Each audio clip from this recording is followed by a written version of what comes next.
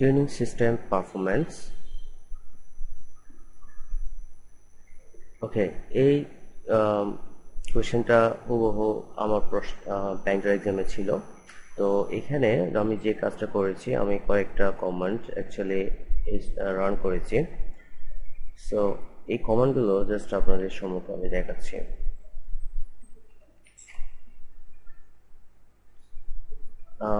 Tuning system পারফরম্যান্সের জন্য যে প্যাকেজটা অ্যাকচুয়ালি কাজ করে, প্যাকেজটা হচ্ছে টিউনডি। এটা বাই ডিফল্ট ইনস্টল করা থাকে আপনার পিসিতে,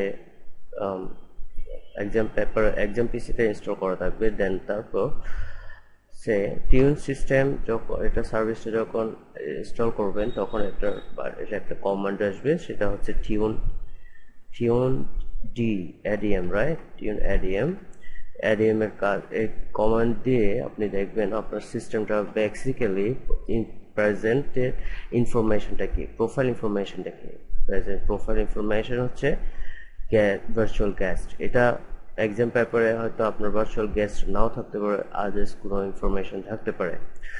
সো তো পরে কমান্ডটা আপনি টিউনড এডিএম রিকমেন্ড, এই কমান্ডটা প্রেস করবেন। প্রেস করে এখানে দেখবেন আপনার রিকমেন্ড কোন প্রোফাইলটা আপনার জন্য রিকমেন্ড করছে, সেটা আপনি এখানে দেখতে পাবেন ভার্চুয়াল গেস্ট। যে প্রোফাইলটা আপনার জন্য রিকমেন্ড করেছে এখানে, ওকে, সেই প্রোফাইলটা আপনি এখানে অ্যাক্টিভ করে দিবেন।